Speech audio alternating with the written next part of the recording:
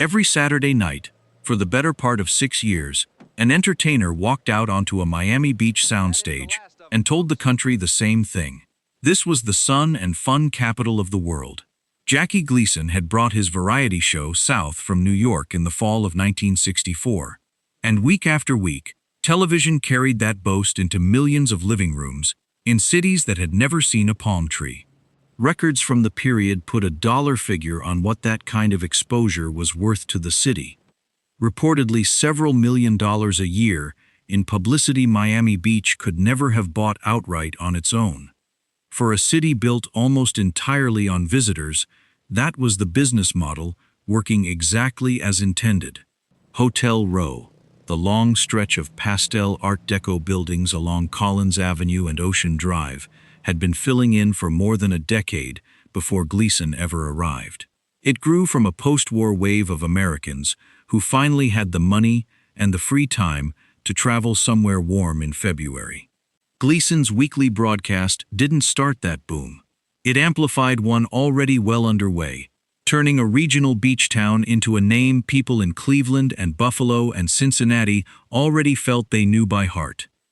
None of that mattered, though, until a tourist actually stepped off a plane or down from a train car. A slogan on a television screen could put Miami Beach in someone's imagination months before their trip. It could not carry them the 11 or 12 miles from the airport to a hotel room with an ocean view. That gap, between the promise on the screen and the pillow at the end of the trip, was filled, almost entirely, by a taxi. It's a detail easy to overlook in a story about a comedian and a weekly broadcast. The whole fantasy Gleason was selling depended on an unglamorous, entirely practical piece of city infrastructure.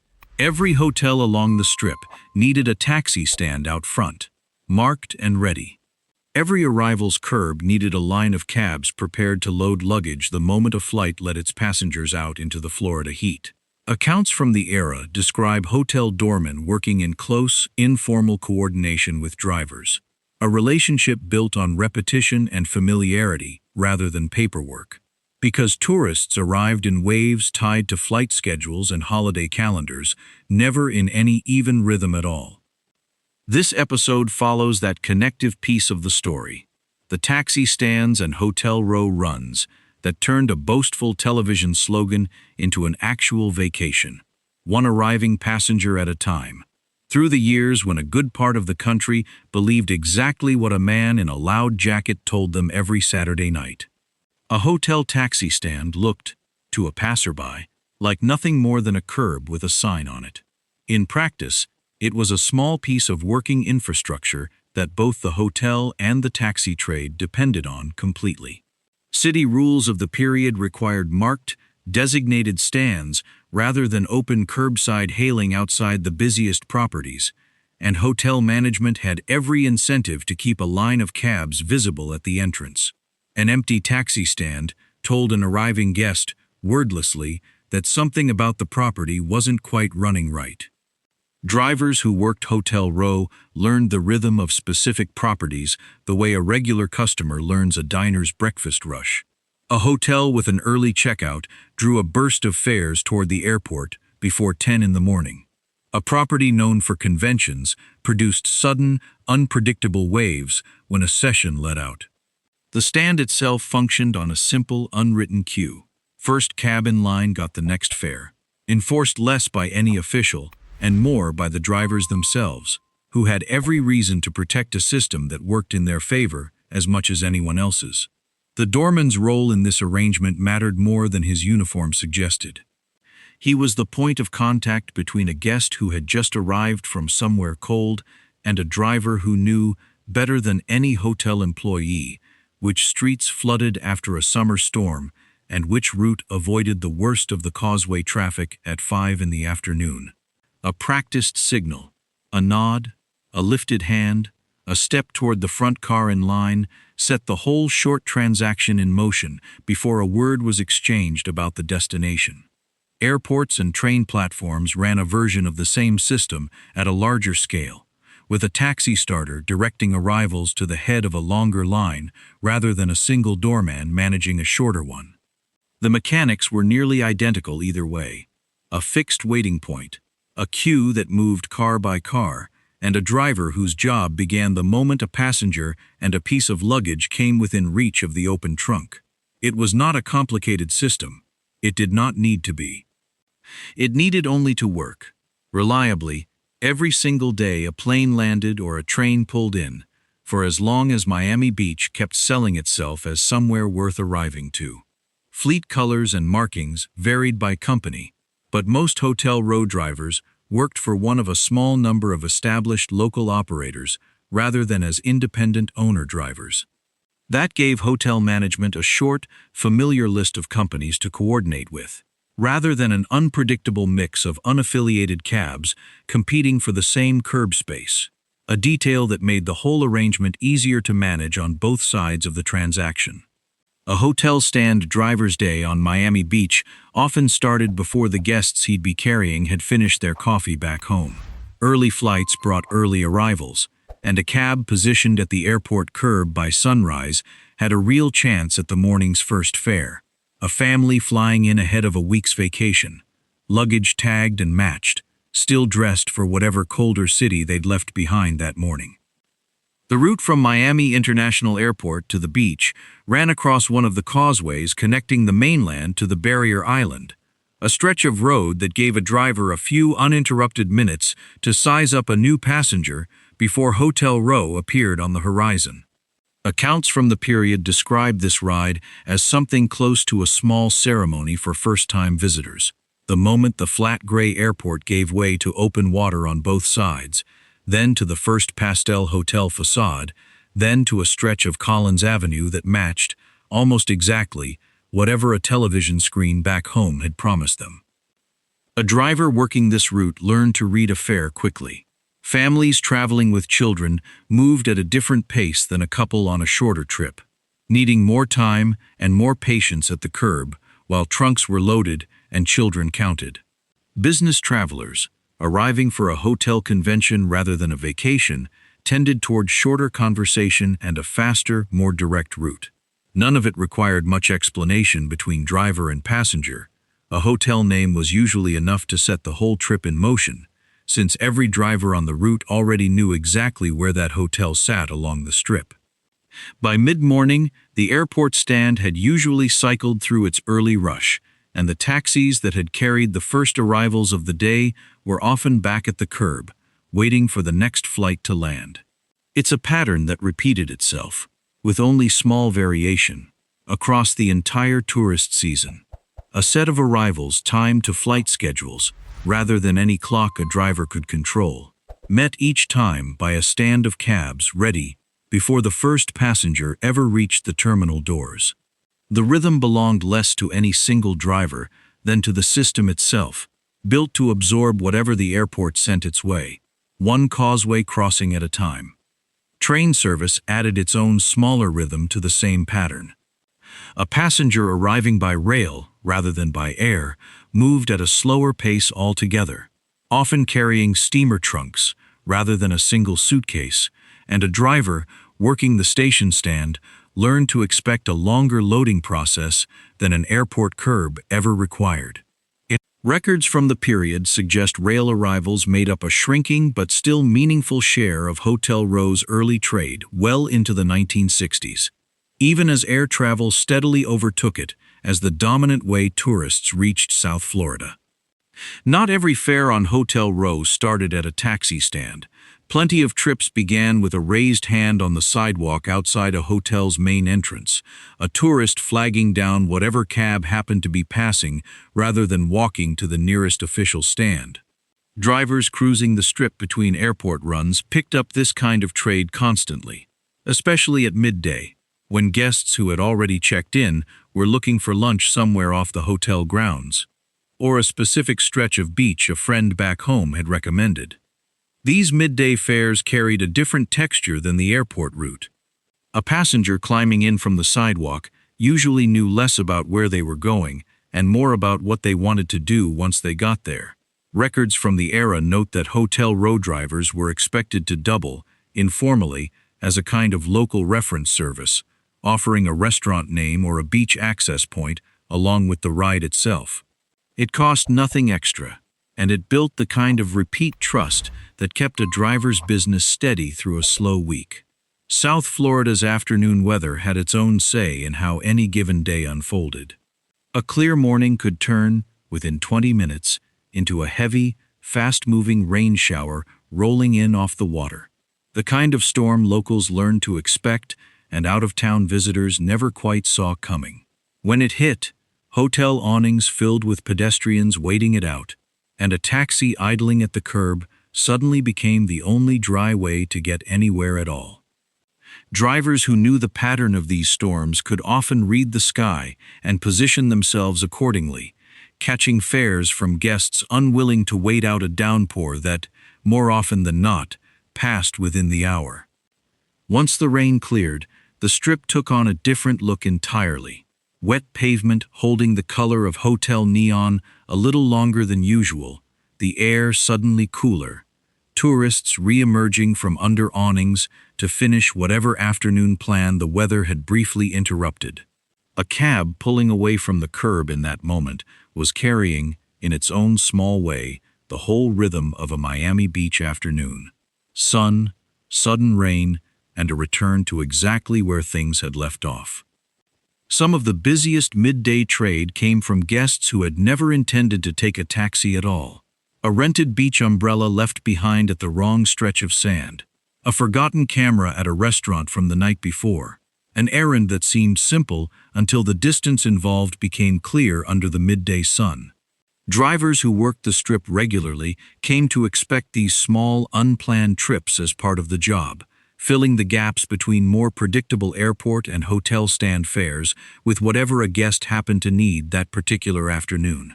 Hotel Row changed character every evening around the same hour, as guests dressed for dinner began filtering down through lobbies toward the entrance, and doormen turned their attention almost entirely to keeping a line of taxis moving. The dinner hour rush was, by most accounts, the busiest stretch of a hotel stand driver's day, more concentrated than the morning airport runs, and considerably more visible, playing out under lit marquees rather than in the flat daylight of a terminal curb. A well-run hotel stand could cycle through this rush without much friction, provided enough cabs were positioned and ready before the demand actually arrived. Drivers who worked the evening shift learned to anticipate it the way a restaurant learns to staff up before a Friday night, arriving at popular hotels a little early, taking a spot in the queue, and waiting through the quieter stretch of early evening for the burst that was coming. The doorman's signal, a simple lifted hand or a step toward the lead car, carried real weight during these minutes. It was the only coordination the system needed to keep a dozen or more transactions moving without confusion. Destinations during the dinner hour tended to cluster. A handful of well-known restaurants and supper clubs along or just off the Strip absorbed a large share of the evening's trade, meaning drivers often ran the same short routes over and over within a single night, sometimes recognizing a passenger from an earlier trip that same week. It gave the evening shift a strange kind of familiarity, despite the constant churn of new arrivals. The same small set of addresses, night after night, carrying an entirely different group of tourists each time, all of them convinced, for a week or two, that they had found something like a local's Miami Beach. By the time the last dinner reservations had been dropped off, Hotel Row had settled into the softer light of early night, marquees fully lit now, the taxi queues thinner but rarely empty. The evening's second wave, the trip home from dinner, and later, the trip out to whatever nightclub or lounge came next, was still several hours away, and a driver who understood the rhythm knew exactly how to spend the gap in between. Not every hotel along the row generated the same volume of dinner-hour trade. Larger convention properties produced sudden surges tied to a banquet or a closing session, while smaller, family-oriented hotels spread their demand more evenly across the early evening. A driver who worked the Strip for any length of time learned which properties rewarded an early arrival and which ones were better worked later, once the first wave of departures had already thinned the queue at the busier addresses. Miami Beach after midnight belonged to a smaller cast of characters than the daylight hours did. A handful of nightclub doormen, a scattering of late diners at all-night counters near the hotel district, and the drivers who had chosen, for whatever reason, to work the overnight shift rather than the airport-heavy daytime hours. The pace slowed considerably, but it never fully stopped, and the trips that did come through carried a different weight than anything from earlier in the day. A cab parked outside a nightclub near closing time might wait the better part of an hour for a single fare, the driver watching a lit marquee reflect off the hood while the evening's last patrons worked their way toward the door. Accounts from drivers of the period described these late shifts as a trade-off. Longer stretches of waiting, balanced against fares heading to the airport or train platform for a red-eye departure, often willing to pay for the convenience of a cab that had, quite literally, nowhere better to be at that hour. The causeway back toward the mainland looked entirely different after midnight than it did at 9 in the morning. Nearly empty, the city's lights strung out ahead, rather than crowded with the day's traffic, giving a driver a rare, uninterrupted stretch of road between one fare and the next. Some nights produced almost nothing worth the wait. Others delivered a late flight's worth of arrivals all at once, filling a quiet stand within minutes of a plane touching down. What held the overnight shift together wasn't volume, it was reliability. A tourist stepping off a late train or catching an early departure needed to know, without having to think twice about it, that a taxi would be there. That certainty, built up over years of drivers simply showing up night after night, regardless of how thin the trade might run, was as much a part of Miami Beach's hospitality as anything printed on a hotel brochure. By the time the sky over the ocean began to lighten again, the overnight cars were already drifting back toward the hotel stands, ready for a morning rush that was only a few hours away. Not every overnight fare came from tourists at all.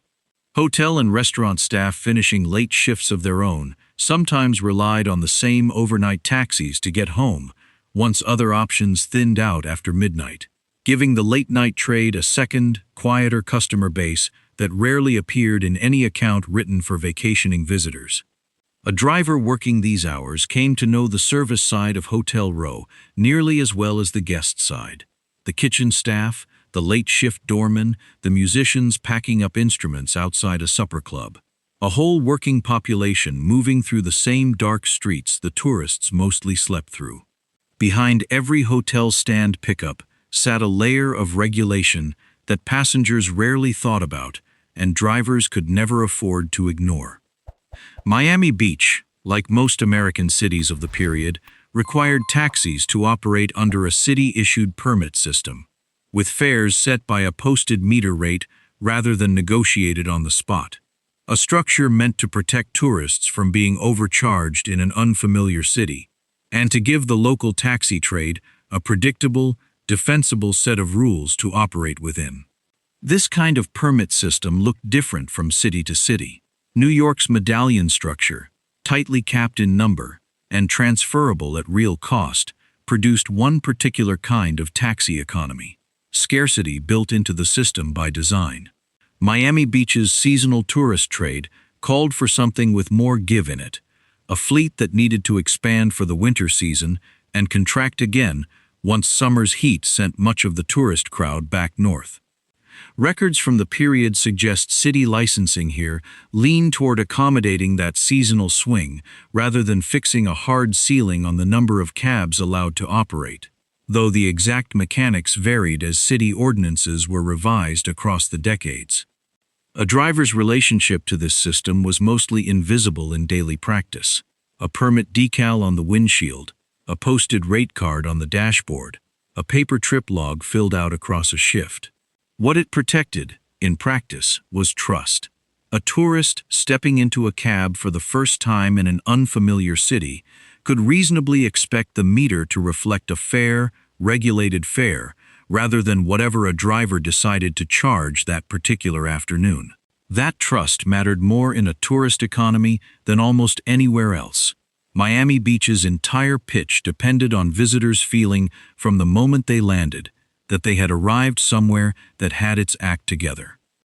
The fleet itself scaled with the season in ways that were easy to see if you knew where to look. Rows of cabs parked at company yards during the slow summer months. The same lots close to empty by the time winter's tourist wave rolled back in. It was, in its own quiet way, as much a part of Miami Beach's tourism machine as the hotels themselves. Rate disputes, when they happened, tended to follow a predictable pattern. An out-of-town visitor, unfamiliar with how far 11 miles actually was, questioning a fare that the posted meter rate justified in full.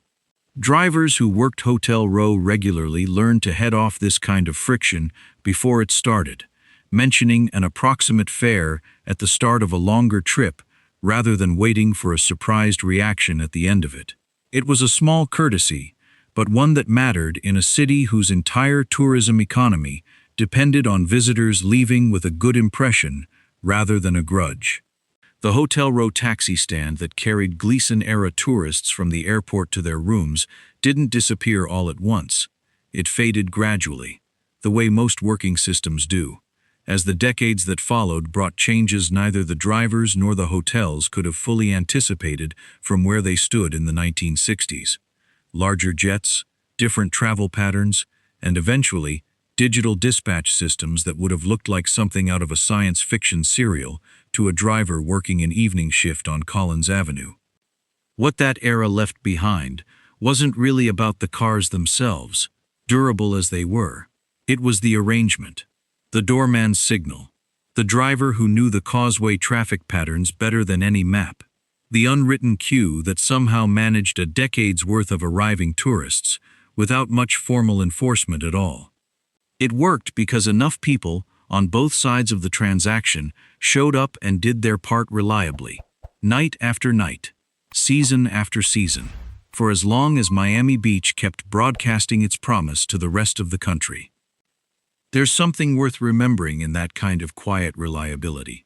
A system built not on technology, but on habit, familiarity, and a driver's genuine knowledge of a city he worked every single day. It carried a television slogan and made it real, one passenger at a time, long before anyone thought to put that same job in the hands of an app. Miami Beach's tourism identity would go on to shift more than once in the decades after Gleason's cameras stopped rolling in 1970. New audiences, new marketing, new reasons for people to book a flight south.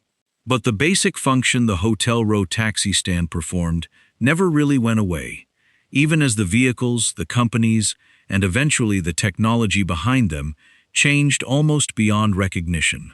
Someone still needed to get from the airport to a hotel bed, and for decades, a taxi answered that need before any other option came close.